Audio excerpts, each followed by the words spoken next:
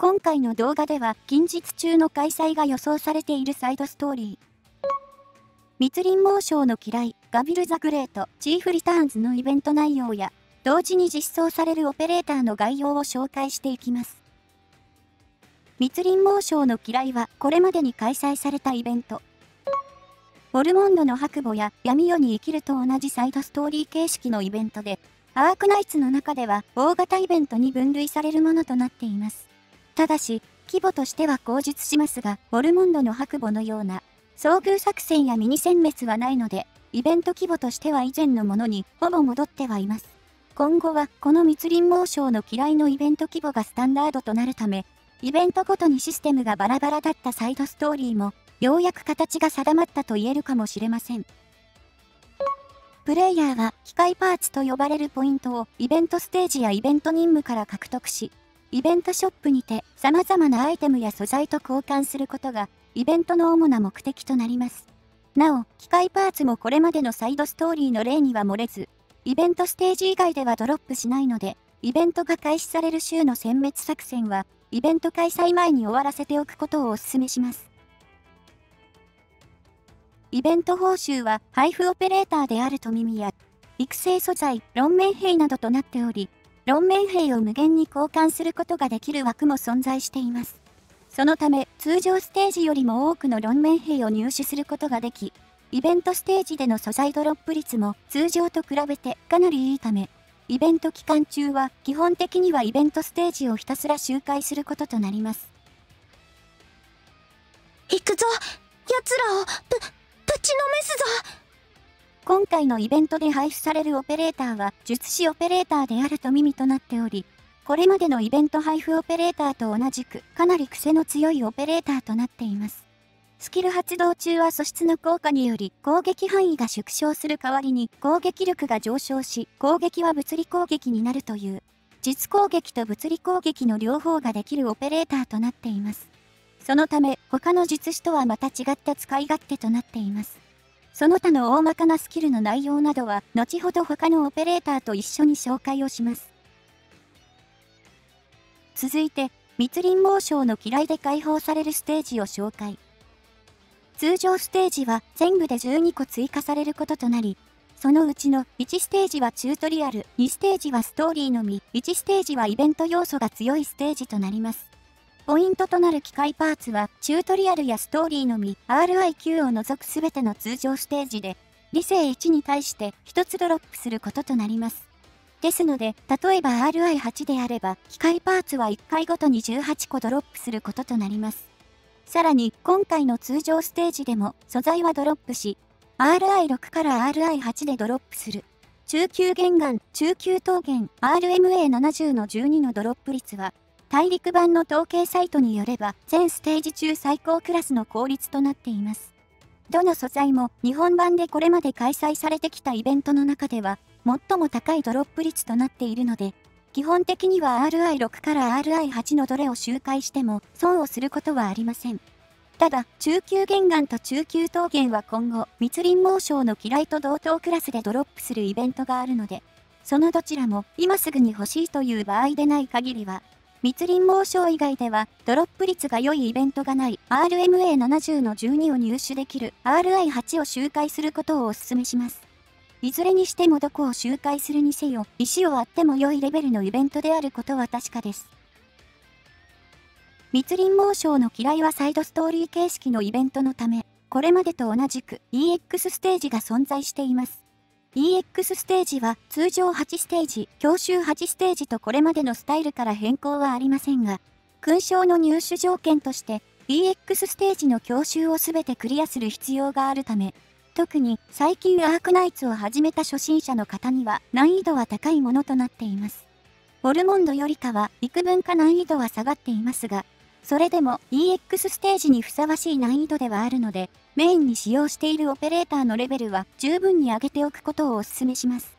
ただ、実際のところはウォルモンドをクリアした方であれば、密林猛将もクリアできるとは思います。ウォルモンドの難易度が明らかにおかしかったというだけではありますが。なお、ウォルモンドや闇夜に生きるであった200体の敵を殲滅するミニ殲滅や、ウォルモンドであった遭遇作戦は密林猛将ではありません。どちらのモードもあれっきりとなっているため、もしかするとお蔵入りしたのかもしれません。続いて、今回のイベントで新たに登場するギミック、巨大キノコについて紹介。巨大キノコは、ステージ開始直後から存在しているマスで、巨大キノコに隣接されるように配置されたオペレーターの防御力が上昇する効果があります。そのため、基本的にはこちらが優位となるギミックではあるのですが、この巨大キノコはステージによっては、高台マスほぼ全てを埋め尽くしている場合があり、巨大キノコに覆われた高台マスは、オペレーターを配置することはできません。そのため、キノコを伐採してやる必要があり、その際に使用するのが、ロドス臨時職員となります。ロドス臨時職員は、オペレーターのようにコストをご支払い、キノコに隣接するように配置することで、キノコの伐採を開始してくれます。ロドス臨時職員は敵からの攻撃を受けることはないため、伐採が中断されることはなく、コストが無駄になるということはありません。また、伐採完了後は自動で撤退をしてくれるため、伐採完了まで見ておくという必要もありません。ただし、伐採中は設置物扱いとなっているため、臨時職員がいるマスにオペレーターを配置することはできませんし、配置することができないマスに臨時職員を配置するということもできません。そのため、伐採する場所やタイミングなどはきちんと見分ける必要があります。そして、伐採後は切り株マスとなり、通常の高台マスと同じ扱いとなる一方で、巨大キノコ時にはあった隣接マスのオペレーターの防御力が上昇する効果は消滅します。ですので、片っ端からキノコを伐採し、防御力上昇の恩恵がなくなり、敵にあっさりとやられてしまうということはないように注意をしましょう。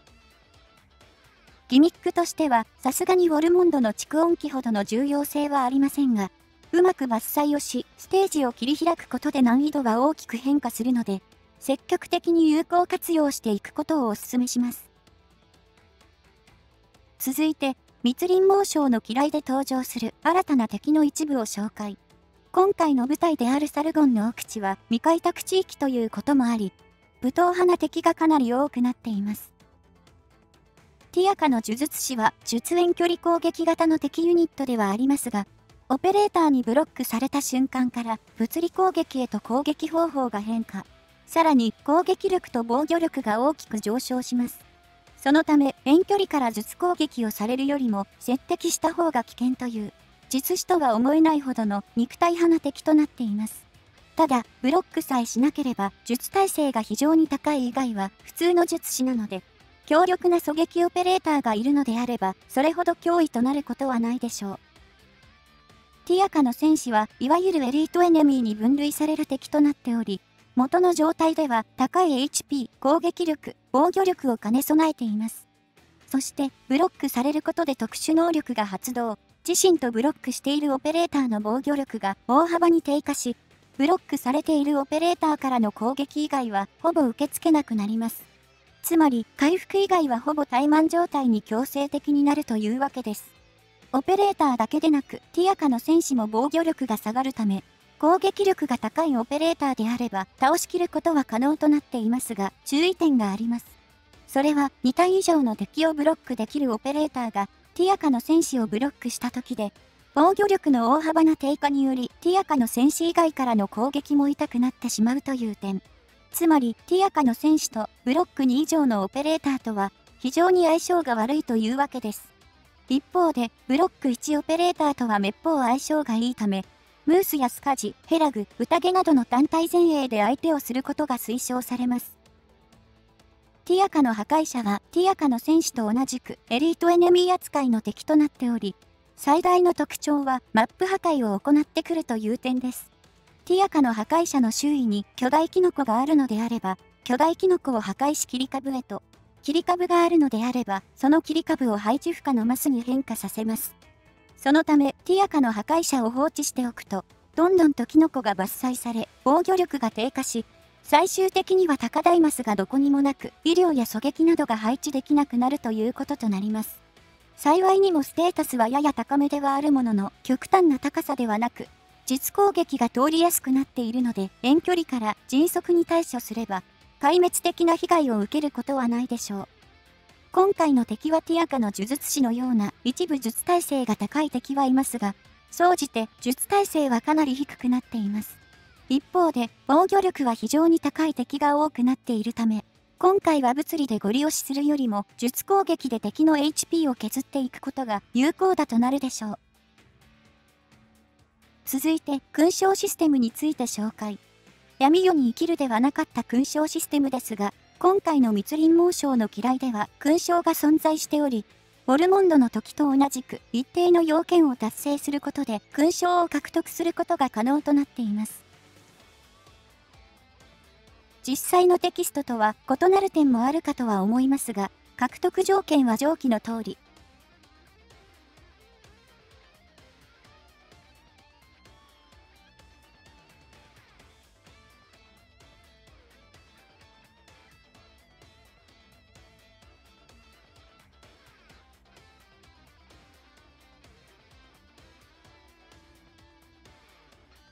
以上が今回のイベントの勲章となります。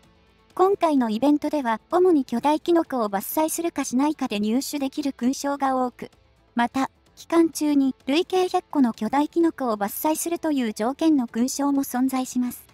また、イベント任務ではイベント中に累計で6000体の敵を倒す任務もあるので、ウォルモンドの時と同じくイベント最終日に全部やればいいやの気持ちで挑むと痛い目に遭ってしまうのでご注意を。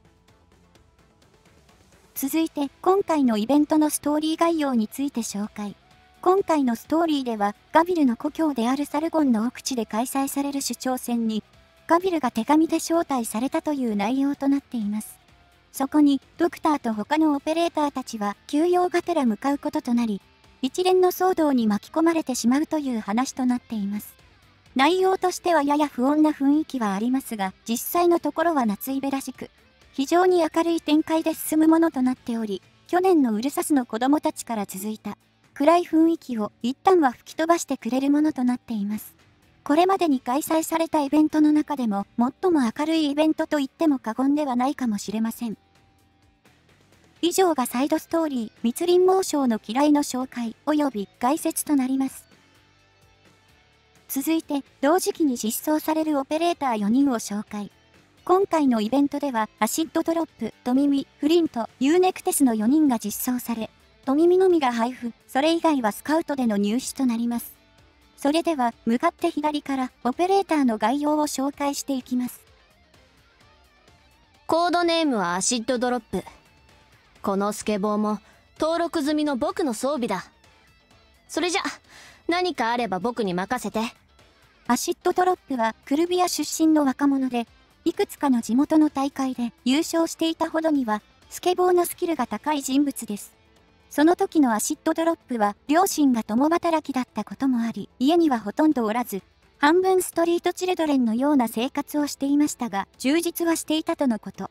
ですが、そのような謳歌できる青春が長く続くことはなく、スケボーのテクニックによる妬みやひがみ、正義感の高さから喧嘩に巻き込まれてしまい、相手がアシッドドロップに原石の粉塵を投げつけたことから原石病に感染。その後、地元を離れロドスに加入することとなりました。ただ、本人自身は自分が原石病に感染したことについては、そこまで深刻には考えてはいないようです。あの老いぼれがボーガンを教えてくれた当初の目的は、ただ混乱した町で身を守るためだった。まさか、こんな日が来るなんて想像もできなかった。そう。感染者の自由のために戦う日がね。アシッドドロップはシュバルツなどと同じ単射程狙撃型のオペレーターで、最大の特徴は素質によって敵の防御力に限らず一定の最低保証ダメージを与えられるという点です。通常攻撃時であればそこまで強力なものにはなりませんが、特にスキル2発同時は攻撃力上昇に合わせて連射攻撃となるため、相手次第では有効なオペレーターとなるでしょう。また、スキル1に関しても攻撃速度が最大でプラス50されるため、高い威力を持った近距離狙撃としても扱うことが可能となっています。現状、単射程狙撃にはシュバルツという火力お化けがいるので、シュバルツがいるのであれば活躍する場は厳しいかもしれませんが、低レア攻略やローグライクの場面では活躍の機会があるかもしれません。こんにちは、ドクター。邪魔しに来たわけではありませんよ。私は、勉強に来ました。ガビルさんはもうこちらに来ていますから、私も一人で故郷に残るわけにはいかないでしょう。トミミはサルゴン出身のアダクリス人で、サルゴンにある部族、ガビルの医師の族長です。温和かつ、どことなく臆病そうな雰囲気を持つ性格ではありますが、部族民からの人望は厚く、トミミに対して反抗的な人物はいないとのこと。本人自身は様々なことに対しての興味が強く、トランスポーターによる代理購入によって、外界のこともある程度は知っているようです。そして入植ボイスでガビルを追いかけてきたと取れる発言からもわかるように、ガビルのことが大好きであり、ガビルのことをもはや崇拝しているというレベルにまで信頼しています。周囲から見れば行き過ぎなレベルにも見えますが、これには過去の出来事が関係しており、内容としてはここまで慕うのも無理はないのかもと思えるほどではあります。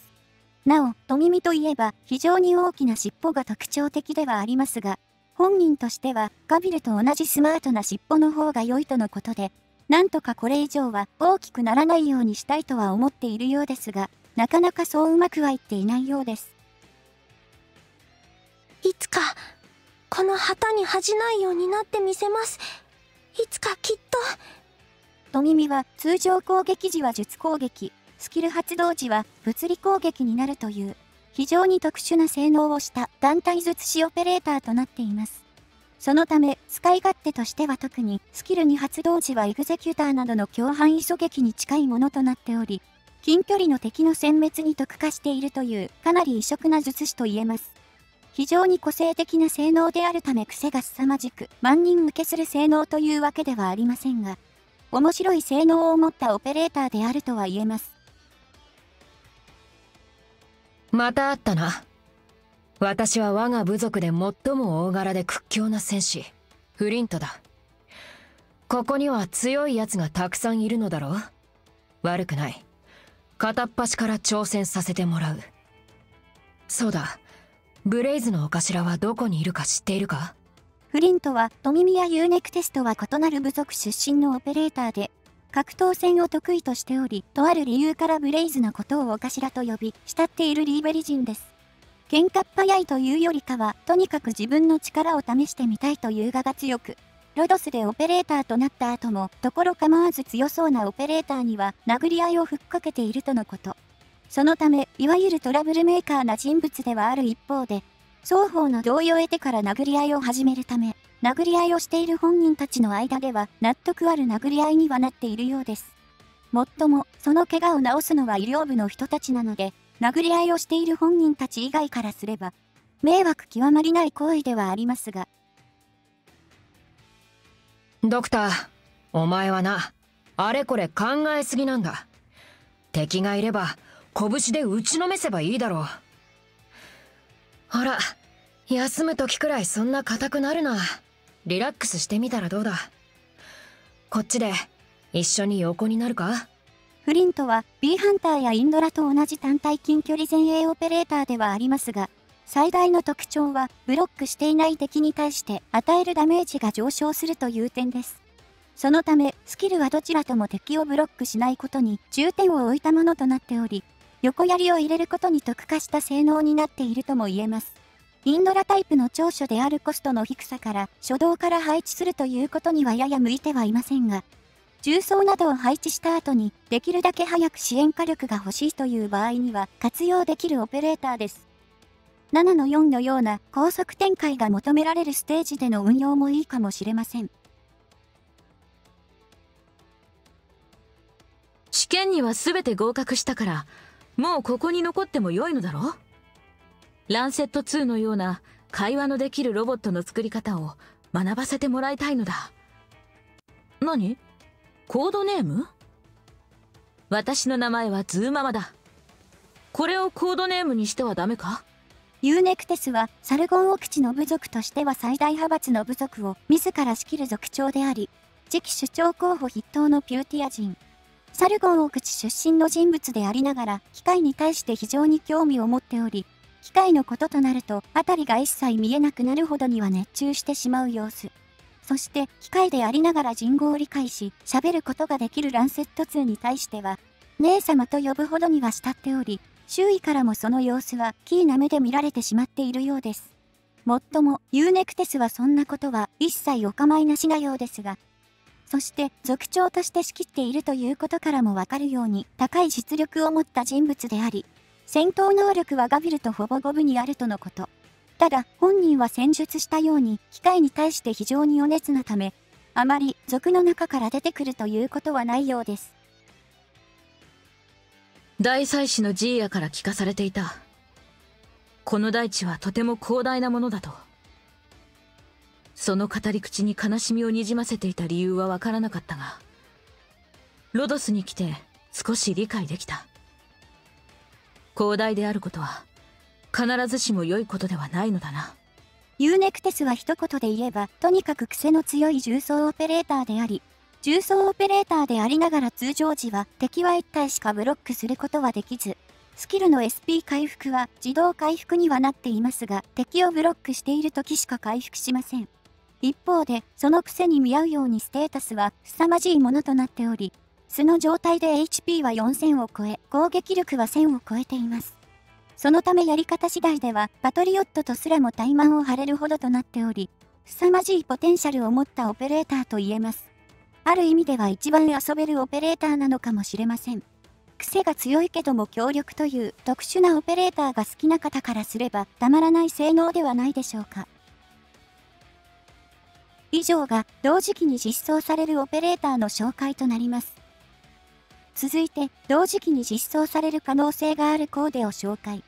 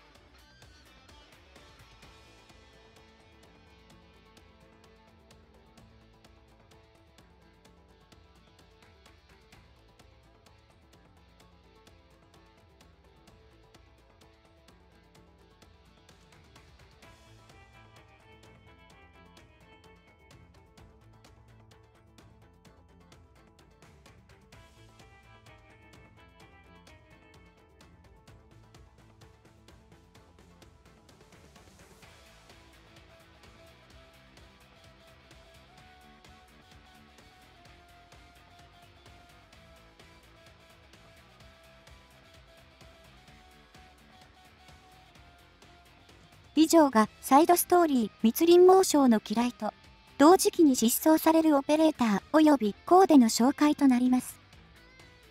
なお、大陸版では密林猛将の嫌いと同時期にローグライクイベント、ケオベのキノコ狩り冥会が開催されています。日本版でも同時期に開催される可能性があるため、後日こちらのイベントの紹介及び解説も動画で行いますので、そちらをご覧いただければと思います。この動画が良ければチャンネル登録やグッドボタンを押していただけると幸いです。ご視聴ありがとうございました。